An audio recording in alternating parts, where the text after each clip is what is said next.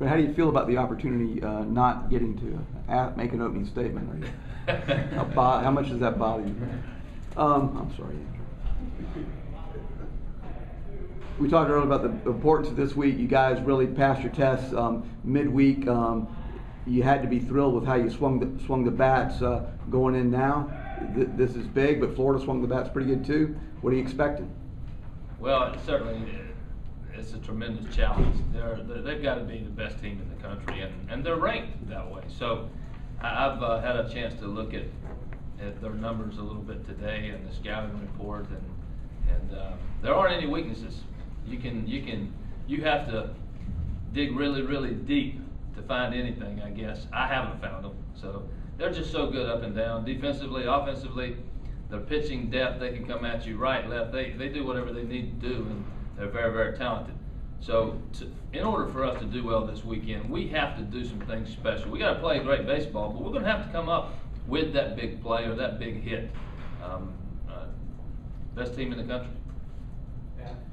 And you said there were very few weaknesses. I mean, do you try to score early on them and knock their starters out? Because those guys seem to go for a very long time in some of the games this season. I think that if we have an opportunity early in the game, we got to put some pressure on them. We got to try to get on the board first if we can, but we got to stay in position.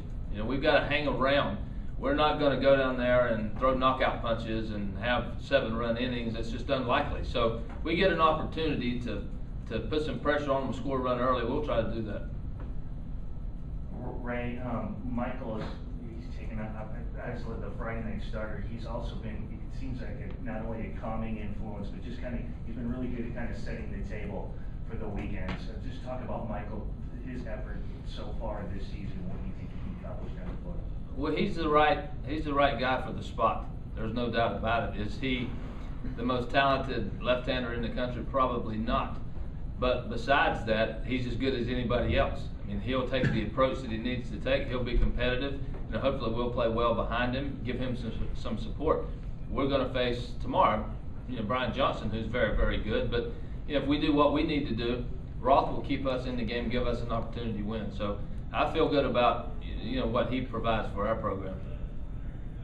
Ray, you obviously played Florida last year. You saw them in Omaha. What exactly are they doing that's made them even better this year? I mean, you kind of got a taste of how good they were last year. What is it with them? Well, I think it's just a couple of things. They're very well coached. Kevin O'Sullivan has done a tremendous job. He knows exactly what he's doing. He knows what he's trying to get done on the field, and he's got outstanding athletes. A tremendous passion to play and to win, and that combination is strong enough to really beat anybody. He's the nation's #1 team right now, and that's outstanding. He's done a great job. Ray, maybe some of the midweek teams on Florida's schedule walked in thinking, oh, we're playing #1, and maybe the intimidation factor set in. By having such a veteran group and having played in some big arenas before, do you think intimidation will play any part with your guys? No, I don't think so. I really don't. It crossed my mind maybe for some guys without the experience, but regardless of what happens in this series, I don't think that's a factor. We've played great competition. We've been on different stages. It's not going to affect Morales and Wingo and Michael Roth and Jackie Bradley. It's just baseball, and hopefully we play well enough. But I don't expect the mindset to play a factor in the decision of the game. I think it's going to be who's the best team and who plays the best. Ray, the defending national champs taking on the team ranked #1 in the country. Just how big a showcase is this for SEC baseball? It's big. I think that around the country this weekend it's as good a matchup as you'll find. And Florida was a team last year that beat us here for the regular season championship, and I made the comment afterwards to my coaches that they might not lose another game. That's how good they were at the time and how well they played. The first 2 games of that series last year here, we played really well, and we lost a couple of close games.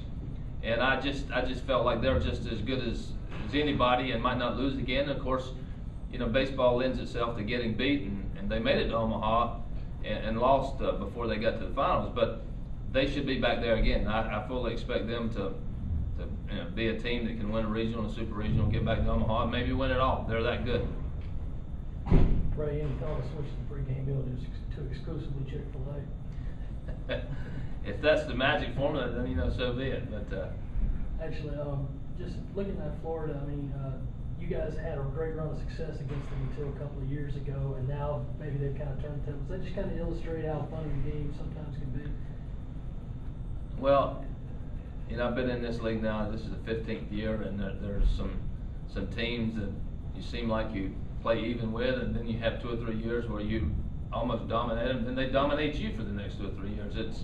It's kind of strange, but it just lends itself to how good the league is. You know, 8 or 9 teams, you know, and it's too early to tell right now, but, you know, 7, 8, 9 teams good enough to make it to Omaha. Now, you can't get that many in there, but I remember there's been years where there's 3 or 4 teams in there, and I think that's what happens in this conference. Baseball's a big deal.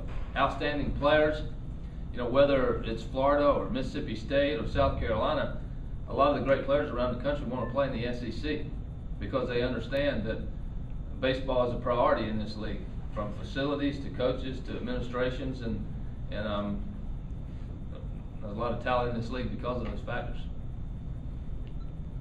I know you guys haven't decided on Sunday for sure, but can you walk through what you think the options are for Sunday?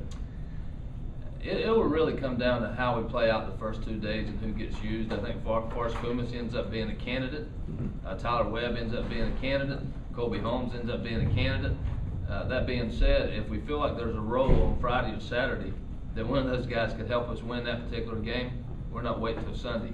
You know, they'll get thrown into the mix at that time. So Brian Harper may even be a guy. You know, we'll see how we pitch him the first 2 days and try to see what matchups we think will be better for us. But we just have to wait and see.